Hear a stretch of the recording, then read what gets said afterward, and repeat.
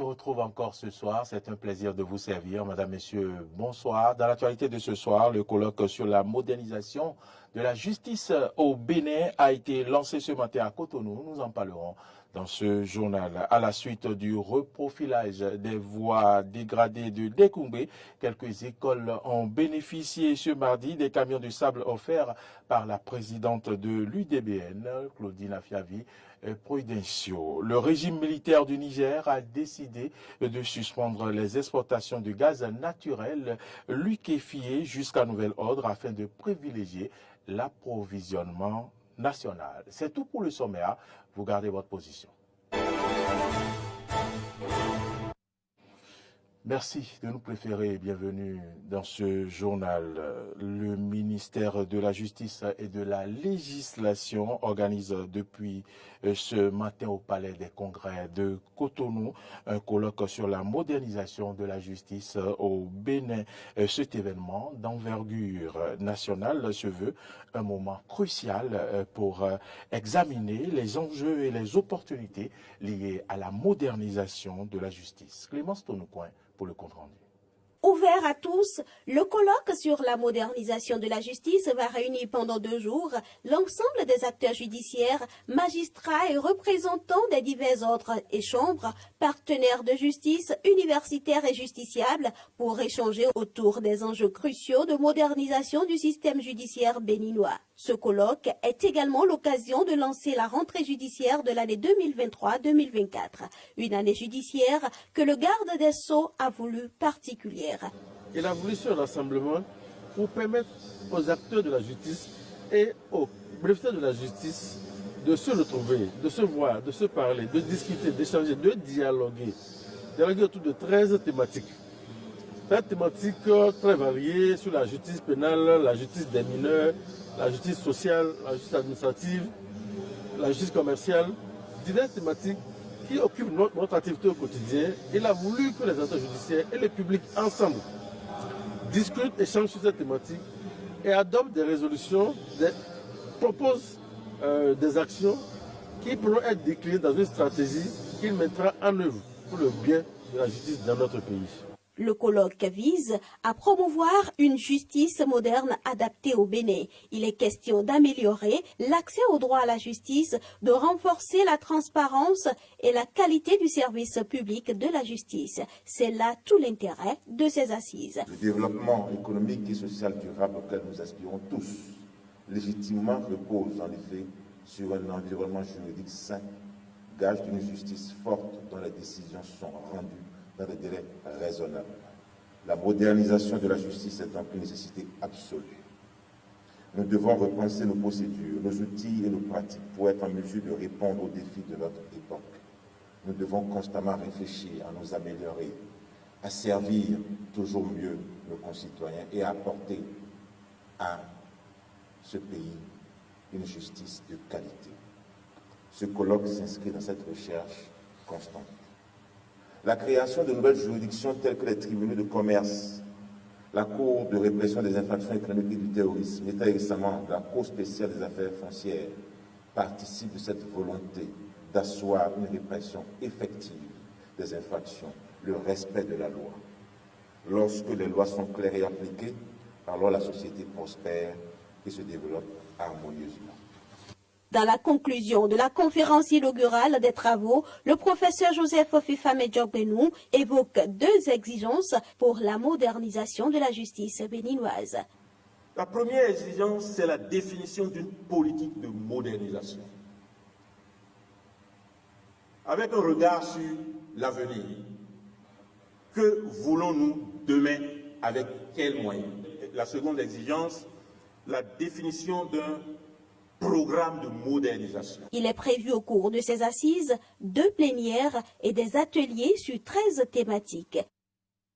Les activités marquant la 4e édition du mois d'octobre, mois donc du consommant local, ont été lancées officiellement hier au Palais des Congrès de Cotonou. Une initiative qui consacre le mois d'octobre à l'intensification des actions de promotion de la consommation des produits locaux, bien sûr des pays et membres de l'UMOA. Suivez le reportage de Carole Olaye.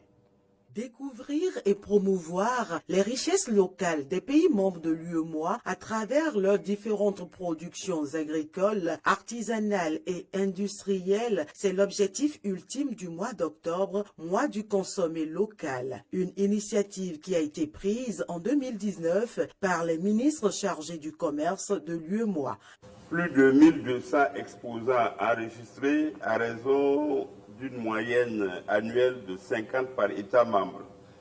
Plus de 60 000 kilos de produits locaux exposés à la commission de l'UEMOA. On note 75 exposants enregistrés, 5 625 tonnes de produits d'origine UEMOA promus, dont 3 750 tonnes vendues, plus d'1 million de visiteurs et d'acheteurs de produits enregistrés. Cette 4e édition qu'accueille le Bénin vient donc pérenniser cette initiative dont l'importance n'est plus à démontrer. Elle contribue non seulement à la promotion des productions locales, mais aussi à renforcer la coopération entre les pays membres de l'institution. C'est d'ailleurs ce qui justifie le thème retenu pour la première édition tournante du mois d'octobre, mois du consommé local. Le thème: quelle stratégie pour stimuler la consommation des biens et services locaux dans l'espace UEMOA a été choisi de commun accord avec les États membres de l'UEMOA pour alimenter les échanges qui se veulent interactifs lors de la 4e édition régionale du consommé local. Alors, je crois que le thème, c'est une question. Vous êtes d'accord que la première réponse à cette question, c'est d'abord le patriotisme. Nous devons aimer ce que nous produisons et nous devons produire ce que nous aimons consommer.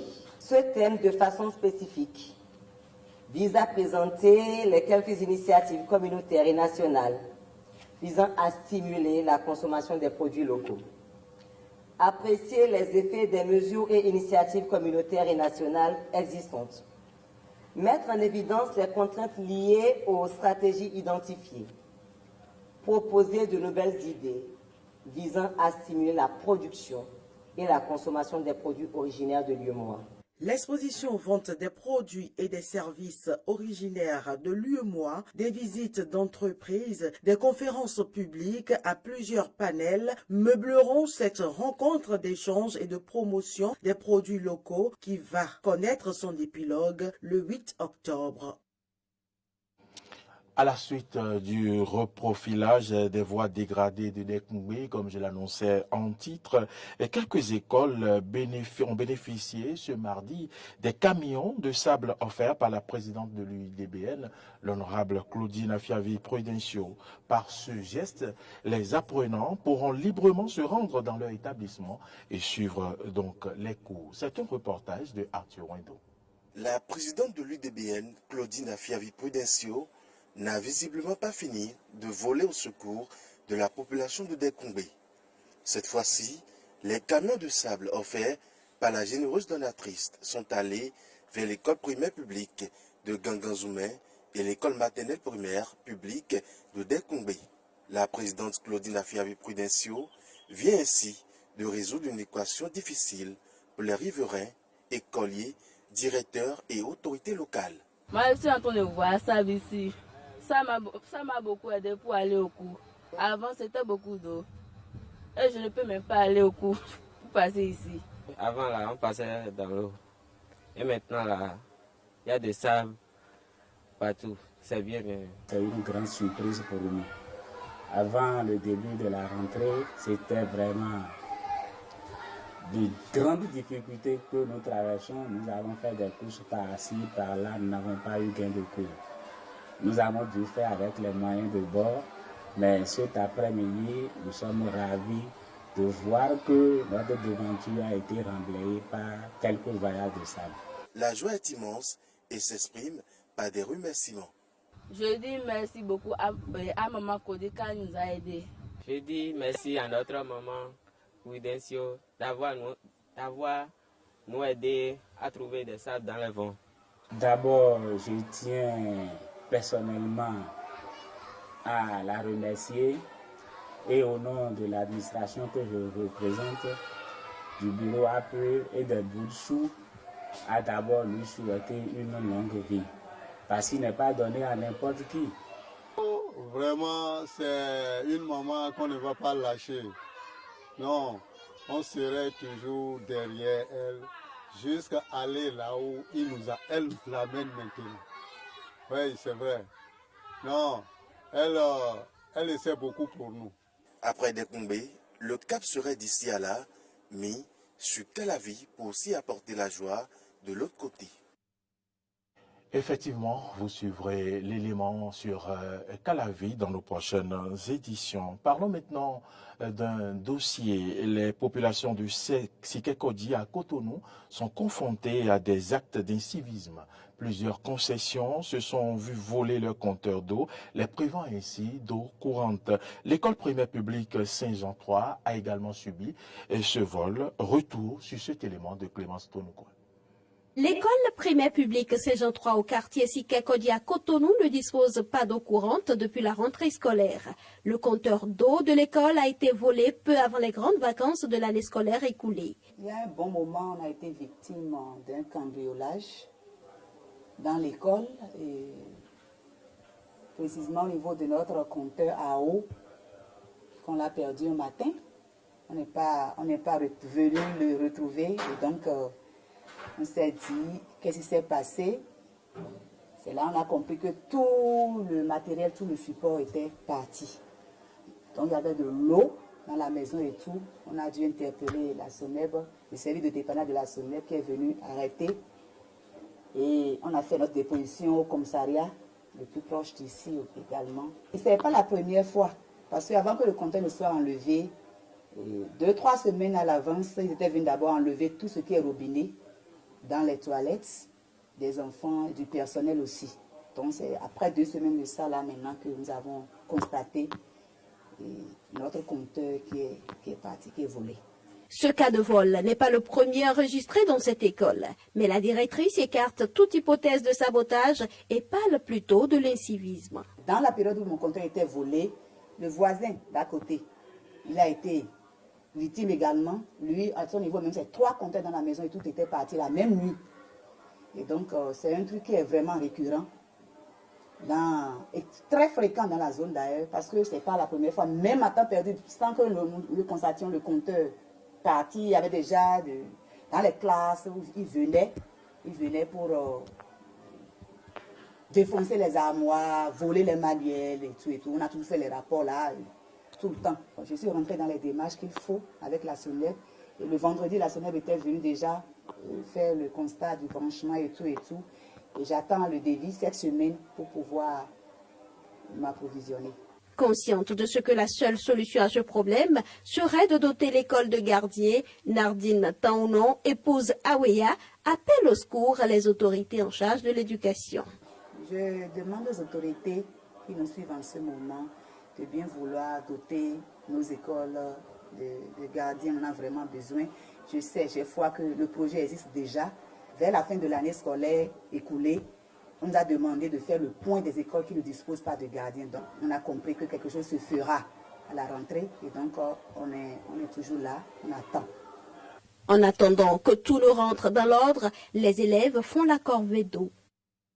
À propos donc du vol de compteurs dans les maisons, vous suivrez demain sur nos plateaux dans l'émission matinale les responsables de l'association béninoise Eau et Énergie qui nous diront ce qu'ils font pour les populations.